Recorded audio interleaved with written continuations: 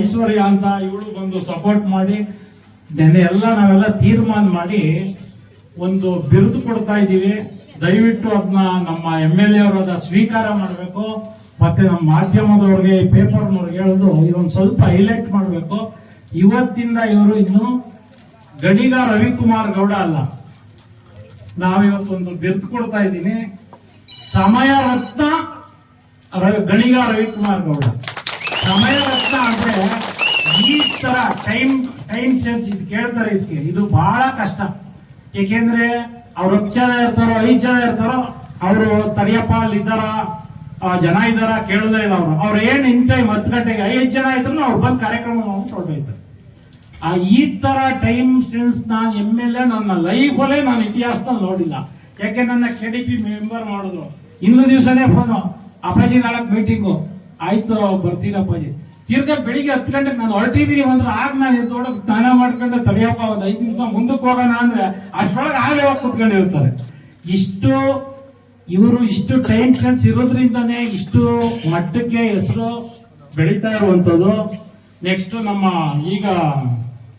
ನಮ್ಮ ಇವರು ಹೇಳ್ದಂಗೆ, ವಸಂತಣ್ಣ ಹೇಳ್ದಂಗೆ, ನಮ್ಮ ಕಾಂಗ್ರೆಸ್ ಕಾರ್ಯಕರ್ತರಿಗೆ ಅರ್ಧ ಟೆನ್ಷನ್ ಕಡಿಮೆ ಮಾಡೋರು ಏನ್ ಕಳ್ತೀವಿ ಮುಂದೆ ಎಲೆಕ್ಷನ್. ಯಾಕೆಂದ್ರೆ ನಾವು ಕಾಂಗ್ರೆಸ್ನವ್ರು ಏನ್ ಇದ್ರು ಬೇರೆ ಪಕ್ಷದವ್ರನ್ನೇ ಅವ್ರನ್ನ ಗೆಲ್ಸ್ಬಿಡ್ತಾರೆ ಸರ್. ಯಾಕೆಂದ್ರೆ ಅವ್ರ ಸಾಧನೆಗಳು ನೋಡಿ ನಾನು ನೋಡ್ತಾ ಇರ್ತೀನಿ. ನಮ್ ಜನದ ಹತ್ರ ಅಲ್ಲ, ಬೇರೆ ಜನ ಹೇಳ್ತಾರಲ್ಲ ಡೈಲಿ, ಏನಪ್ಪ ಇಂಥ ಮನುಷ್ಯನ್ಗೆ ನಾವು ಓಟ್ ಹಾಕ್ತೇನೆ ಹಾಳು ಮಾಡ್ಕೊಂಡು ಅಂತ. ಆದ್ರೆ ನೆಕ್ಸ್ಟ್ ಈ ನಮ್ಮ ಕರ್ನಾಟಕದಲ್ಲಿ ಅತಿ ಹೆಚ್ಚಿನ ಮಟ್ಟದಲ್ಲಿ ಗೆಲ್ಬಹುದು ನೆಕ್ಸ್ಟ್ MLA ಅಂತ ನನ್ನ ಭಾವನೆ. ಈ ಹೆಚ್ಚಿನ ಮಕ್ಕಳು ಗೆದ್ದು ಮೇಲಿಂದ ಏನಾರ ಗುರ್ಸಿ ಮಿನಿಸ್ಟರ್ ಕೊಟ್ಬಿಟ್ರೆ ನಮ್ಮ ಮಂಡ್ಯ ಏನ್ ಮಾಡ್ತಾರೆ ಇವರ ಅಭಿವೃದ್ಧಿನ ಅಂತ ಅದನ್ನು ಕಾದ್ ನೋಡ್ಬೇಕಾಗೈತೆ. ಈಗ ಒಂದು ನೀರಾವರಿ ಯೋಜನೆಯನ್ನ ನಿಮಗೆ ಕೊಟ್ಟಿದೆ. ಈ ಹಿಂದೆ ಜಲ ಜೀವನ ಅಂತೇಳಿ ನಾನು ಮಂತ್ರಿಯಾದ ಅಥವಾ ನಾನು ಶಾಸಕನಾದ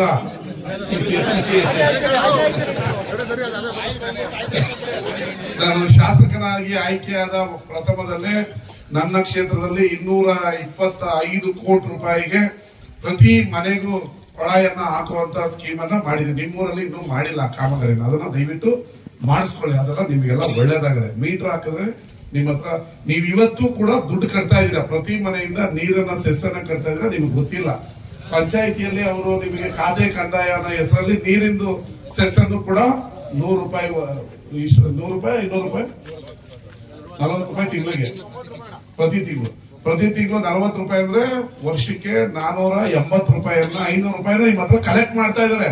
ನೀವು ಈಗ ಮೀಟರ್ ಹಾಕ್ಬಿಟ್ರೆ ದುಡ್ಡು ಕೊಡ್ಬೇಕಾಗತ್ತೆ ನಾವು ಅಂತ ಹೇಳಿ ಮೀಟರ್ ಹಾಕ್ಸ್ತಾ ಇಲ್ಲ. ಬಟ್ ಆದ್ರೆ ನಿಮ್ಗೆ ಗೊತ್ತಿಲ್ಲದೇನೆ ಪ್ರತಿ ಮನೆಯಿಂದ 500 ರೂಪಾಯಿನ ಪಂಚಾಯಿತಿಯವರು ಕಲೆಕ್ಟ್ ಮಾಡ್ತಾ ಇದಾರೆ. ಅದು ನಿಮ್ಗೆ 200 ರೂಪಾಯಿ ಆಗ್ಬಹುದು. ನೀವು ಇಷ್ಟೇ ನೀರು ಕಲೆಕ್ಟ್ ಮಾಡಿ ಇಷ್ಟು ದುಡ್ಡು ಕಟ್ಟೋದು ಯಾಕೆ ಅನ್ನೋದು ಸರ್ಕಾರ ಪ್ರತಿಯೊಬ್ಬರಿಗೂ ನಾಗರಿಕರಿಗೂ ಒಳ್ಳೇದ್ ಮಾಡ್ಬೇಕು ಅಂತ.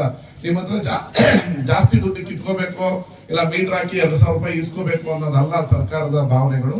ನೀವು ಎಷ್ಟು ನೀರು ಉಪಯೋಗಿಸ್ತೀರಾ ಅಷ್ಟು ಮಾತ್ರ ಬಿಲ್ ಅನ್ನ ಕಟ್ಟಬೇಕು. ಯಾರು ನೀವು ಇವತ್ತವರೆಗೂ 500 ರೂಪಾಯಿ ಕಟ್ತಾ ಇದೀನಲ್ಲ ಅಂದ್ರೆ ನಿಮ್ಗೆ ಗೊತ್ತೇ ಇಲ್ಲ. ನೀವು ಪ್ರತಿಯೊಬ್ರು ವರ್ಷಕ್ಕೆ ಪ್ರತಿ ಮನೆಯಿಂದ ಬಡವ ಆಗ್ಲಿ ಶ್ರೀಮಂತ ಆಗ್ಲಿ 500 ರೂಪಾಯಿಯನ್ನ ಪಂಚಾಯತ್ ಅವರಿಗೆ ಕಟ್ತಾ ಇದ್ರಿ, ನಿಮ್ಗೆ ಗೊತ್ತಾಗ್ತಾ ಇಲ್ಲ. ಈಗಾಗಲೇ ಜಲಜೀವನ ಮಿಷಿನ್ ಅನ್ನ ಪ್ರತಿ ಮನೆಗೂ ಕೊಳಾಯನ್ನ ಕೊಟ್ಟಿದೀವಿ. ಆ ಕೊಳಾಯಿಗೆ ನೀರು ಬರ್ಬೇಕಲ್ಲ, ಎಲ್ಲಿಂದ ಬರೋದು? ಮತ್ತೆ ಬೋರ್ವೆಲ್ ನೀರು ಹೊಡೆಯೋದು ಅಲ್ಲೆಲ್ಲ ನಿಮ್ಗೆಲ್ಲ ಪಾಚಿ ಕಟ್ಕೋತಾ ಇದೆ. ನಿಮ್ಗೆ ಗೊತ್ತಿಲ್ವೋ? ನಿಮ್ಮ ಮಕ್ಕಳುಗಳಿಗೆ ನಿಮ್ಗೆ ಗೊತ್ತಿಲ್ಲದೆ ನೀರಿಂದ ಹಲವಾರು ಕಾಯಿಲೆಗಳು ಬರ್ತಾ ಇದೆ. ಮೊದಲೆಲ್ಲ ಇಮ್ಯುನಿಟಿ ಚೆನ್ನಾಗಿತ್ತು, ನಾವೆಲ್ಲ ಕಾವೇರಿ ನೀರನ್ನ ನಿಮ್ ಗದ್ದೆಗಳಿಗೆ ಕೊಡ್ತಾ ಇದ್ವಿ, ಅದರಲ್ಲಿ ಬೆಳೆ ಬೆಳಿತಿದ್ವಿ, ಆರೋಗ್ಯವಾಗಿದ್ದೀವಿ ಅಂತ ತಿಳ್ಕೊಂಡಿದ್ವಿ. ಆದ್ರೆ ಬೋರ್ವೆಲ್ ಕುಡಿಯೋ ನೀರನ್ನ ಇಲ್ಲಿವರೆಗೂ ಉಪಯೋಗಿಸ್ತಿದ್ರಿ.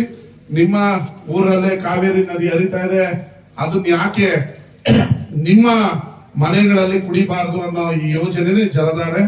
ನಿಮ್ಮೆಲ್ಲ ಟ್ಯಾಂಕ್ ಊರುಗಳಲ್ಲಿ ಏನು ನಮ್ಮ ತಾಲೂಕಿನಲ್ಲಿ 175 ಹಳ್ಳಿಯಲ್ಲಿ ನೀರಿನ ಟ್ಯಾಂಕ್ ಏನು ಕಟ್ಟಿದೀವಿ, ಆ ನೀರಿನ ಟ್ಯಾಂಕಿಗೆ ಶ್ರೀರಂಗಪಟ್ಟಣದಿಂದ ಪೈಪ್ ಲೈನ್ ಮೂಲಕ ಇವಾಗ ಏನು ಎಲ್ಲ ಕೆಲಸ ನಡೀತಾ ಇರ್ಬೇಕು. ಆಲ್ರೆಡಿ ಎಲ್ಲ ಪೈಪ್ ಲೈನ್ಗಳಿಗೆ ಅಲ್ಲಿಂದ ನೀರನ್ನ ಪಂಪ್ ಸೆಟ್ ಮೂಲಕ ಎತ್ತಿ ದೊಡ್ಡ ಮೋಟರ್ಗಳು ಹಾಕ್ತಾ ಇದೀವಿ.